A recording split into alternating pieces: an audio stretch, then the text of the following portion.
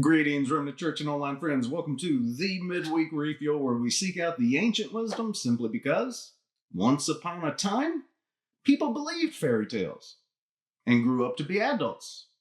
Today, we believe modern wisdom and grew up needing constant explanations for why we feel empty. Tonight, we are finishing Chapter 4 of Chesterton's Orthodoxy. We've been in 4 for a while, the Ethics of Elfland, which, for those of you keeping score at home, means this is Lesson 4I, however many that is. I stopped counting somewhere around Fairyland, and honestly, Chesterton would have approved.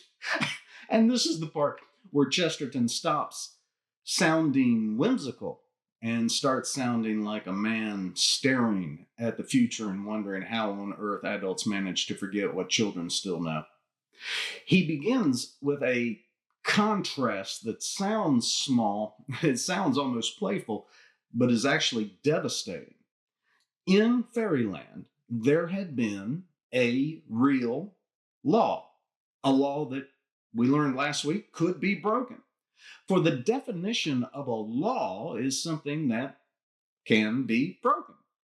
But then he turns and he looks at the modern world and he says that the machinery of this cosmic prison was something that could not be broken, for we ourselves were only a part of its machinery. We're a part of the machine, if that's true. And right there, almost quietly, Chesterton explains why modern people feel trapped even while insisting they are free. A law that can be broken is moral. A system that cannot be broken is mechanical. A rule you may disobey is a rule that means something. A process you cannot resist is not authority. It is fate wearing a lab coat. In fairy tales, when the rule is broken, something happens. Midnight strikes, the spell breaks, the castle falls, the joy is lost. And because the joy can be lost, the joy matters. The rule exists to protect something precious. But in modernity, we are told that nothing could have happened otherwise. You didn't choose. You expressed conditioning. You didn't rebel. You manifested an outcome. You didn't sin. You malfunctioned. You didn't repent. You reframed. And we're still supposed to call this compassion. But Chesterton sees the truth. If the universe is a machine, then gratitude doesn't make a lick of sense. You cannot thank an algorithm. You cannot thank inevitability. You cannot thank gravity for not dropping you today. Gratitude only makes sense if something did not have to happen. And that is why modern people struggle with simple gratitude. They don't lack manners, they lack metaphysics. You can only be grateful for a gift. You cannot be grateful for a process. You can only say thank you when something was given freely, when it might not have been given at all. And Chesterton understands something that we have forgotten. Gratitude is not a polite emotion. Gratitude is evidence. It is proof that you are not living in a closed system. That's why children say thank you so easily. They know instinctively that the world did not have to be this way, that legs did not have to work, that apples did not have to be sweet, that existence itself is a surprise. Adults, on the other hand, explain everything until nothing is left to thank anyone for. Modern wisdom insists that the universe is infinite, ancient, and inevitable, and then seems shocked that we treat it like loose change. Infinity without meaning is not awe-inspiring. It's cheap. A man will treasure one glass cup and smash a warehouse of identical plates without a thought. Fairyland was small and therefore it was dangerous. Modernity is infinite, and therefore dull. Chesterton prefers the small world because the small world can shatter. Glass is everywhere in fairy tales. Have you noticed? Well, it's there because joy is fragile. Glass slippers, crystal palaces, brittle happiness. Not because life is cruel, but because life is precious. A joy that cannot be lost is not joy, it's furniture. And this is where modern wisdom quietly betrays us. It tells us that rules are oppression, that limits are violence, that boundaries are harm, and then it wonders why joy feels thin, why freedom feels anxious, and why meaning feels like it's evaporating. In fairy tales, the rule guards the gift. The prohibition protects the miracle. Midnight does not ruin the ball, it makes the ball unforgettable. The forbidden apple does not make Eden cruel, it makes Eden meaningful. Chesterton is not being sentimental, Chesterton is being exact. A law that cannot be broken is not a law, it is a chain. A system that allows no exceptions is not strong, that system is brittle.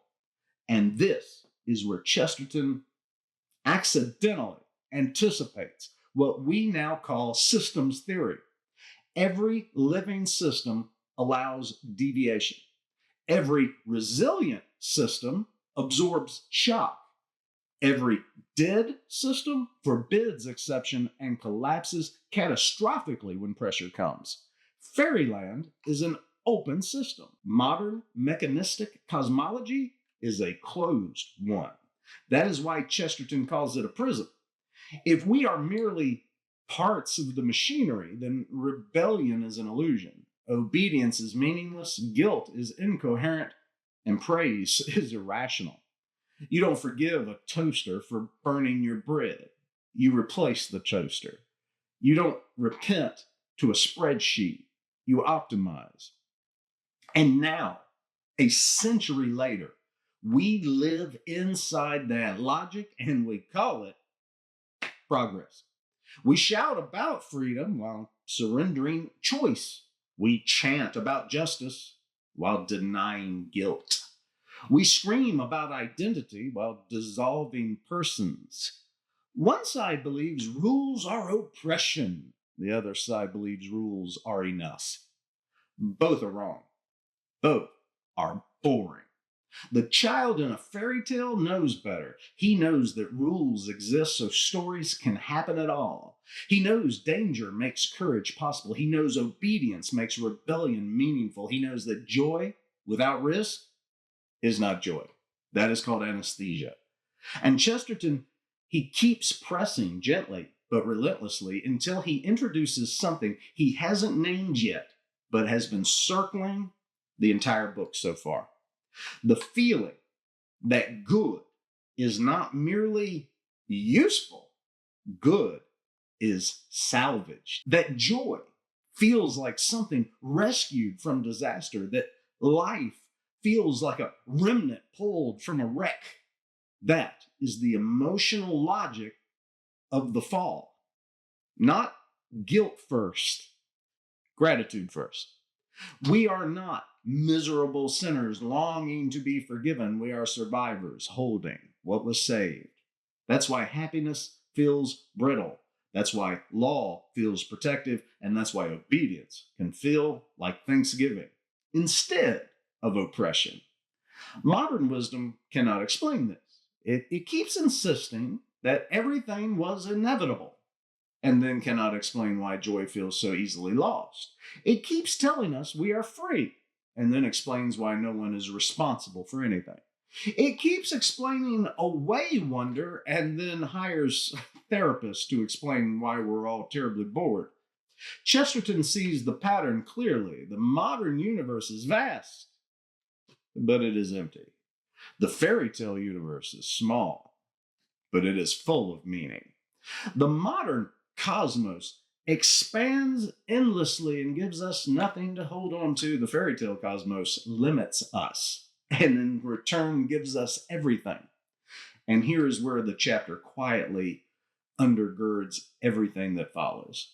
You cannot love the world fiercely unless it was given freely. You cannot rebel against evil unless good existed before the corruption. And you cannot reform anything unless there is something worth restoring. Chapter 5's patriotism, Chapter 6's paradoxes, Chapter 7's revolution, all of them rest on this foundation. So I hope you have it, and I hope we've spent enough time there. A world that is gift before it is machine, law before algorithm, meaning before scale. And now, before we close, I want to let Chesterton speak for himself because he puts this better than any of us ever could. But the machinery of this cosmic prison was something that could not be broken, for we ourselves were only a part of its machinery. We were either unable to do things or we were destined to do them. The idea of the mystical condition quite disappeared. One can neither have the firmness of keeping laws nor the fun of breaking them. The largeness of this universe had nothing of that freshness and airy outbreak which we have praised in the universe of the poet. The modern universe is literally an empire. That is, it was vast, but it is not free. One went into larger and larger windowless rooms, rooms big with Babylonian perspective, but one never found the smallest window or a whisper of outer air. Their infernal parallels seem to expand with distance, but for me, all good things come to a point. Swords, for instance. So, finding the boast of the big cosmos so unsatisfactory to my emotions, I began to argue about it a little. And I soon found that the whole attitude was even shallower than could have been expected.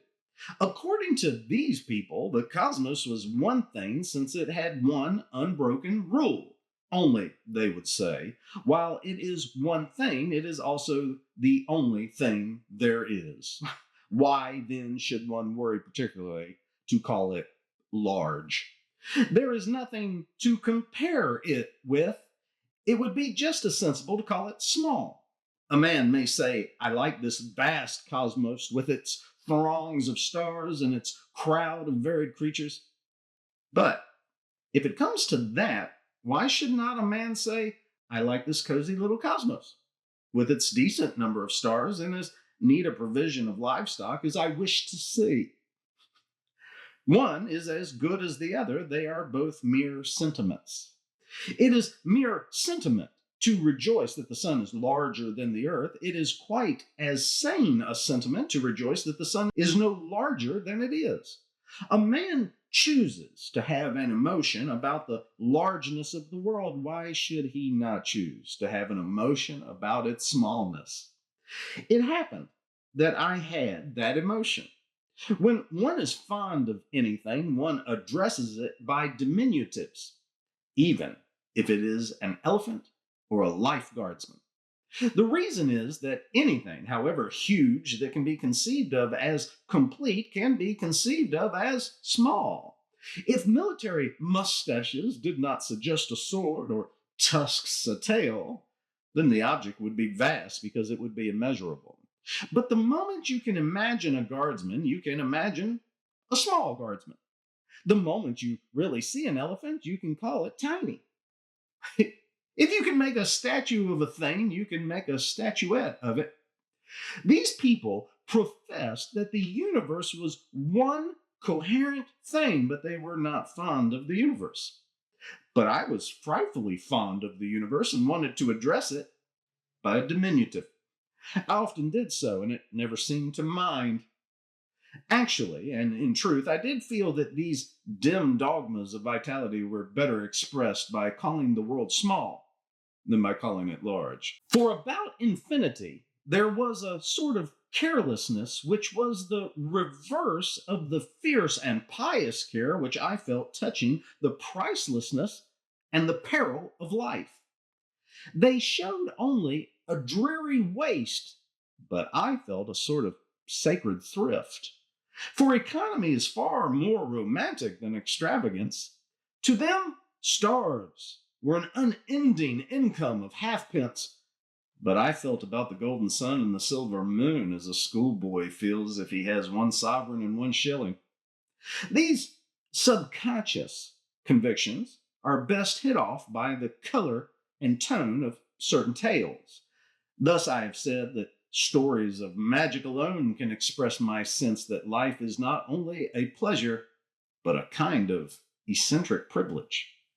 I may express this other feeling of cosmic coziness by allusion to another book always read in boyhood, Robinson Crusoe, which I read about this time and which owes its eternal vivacity to the fact that it celebrates the poetry of limits, nay, even the wild romance of prudence. Crusoe is a man on a small rock with a few comforts just snatched from the sea. The best thing in the book is simply the list of things saved from the wreck. The greatest of poems is an inventory. Every kitchen tool becomes ideal because Crusoe might have dropped it in the sea. It is a good exercise in empty or ugly hours of the day to look at anything, the coal scuttle or the bookcase, and think how happy one could be to have brought it out of the sinking ship onto the solitary island. But it is a better exercise still to remember how all things have had this hairbreadth escape. Everything has been saved from a wreck. Every man has had one horrible adventure. As a hidden, untimely birth, he had not been as infants that never see the light. Men spoke much in my boyhood of restricted or ruined men of genius, and it was common to say that many a man was a great might have been. To me, it is a more solid and startling fact that any man in the street is a great might not have been. But I really felt, the fancy may seem foolish, as if all the order and number of things were the romantic remnant of Crusoe's ship. That there are 2 sexes and 1 sun was like the fact that there were 2 guns, 1 axe. It was poignantly urgent that none should be lost, but somehow it was rather fun that none could be added. The trees and the planets seemed like things saved from the wreck, and when I saw the Matterhorn, I was glad that it had not been overlooked in the confusion. I felt economical about the stars as if they were sapphires. They are called so in Milton's Eden.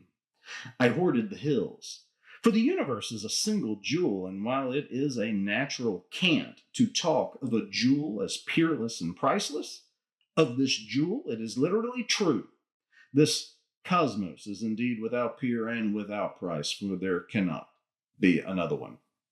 Thus ends, in unavoidable inadequacy, the attempt to utter the unutterable things. These are my ultimate attitudes towards life, the soils for the seeds of doctrine.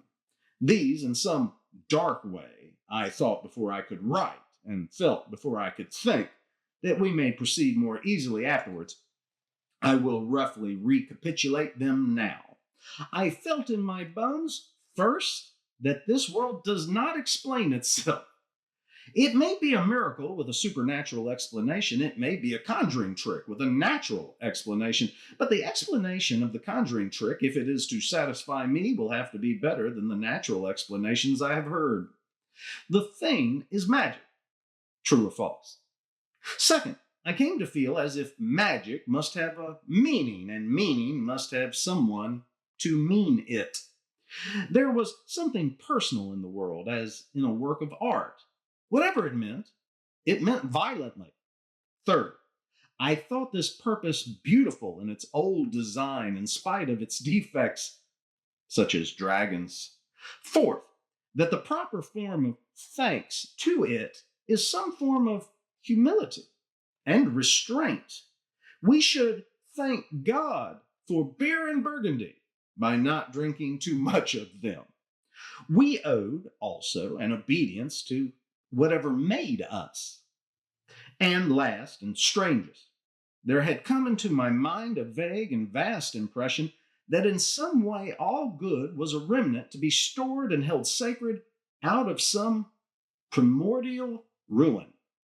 Man had saved his good as Crusoe saved his goods. He had saved them from a wreck. All this I felt, and the age gave me no encouragement to feel it. And all this time, I had not even thought of Christian theology. And now we see it. Modern wisdom wants freedom without law. Christianity gives law so freedom can exist. Modern wisdom says you couldn't have done otherwise. The gospel says you could have, and still you are loved. That is not control. That is mercy. That is not a system. That is a king. And not a king who rules by inevitability, but a king who rules by gift. So we do not end tonight with analysis. We end with allegiance. Christ is king. Hail to the king.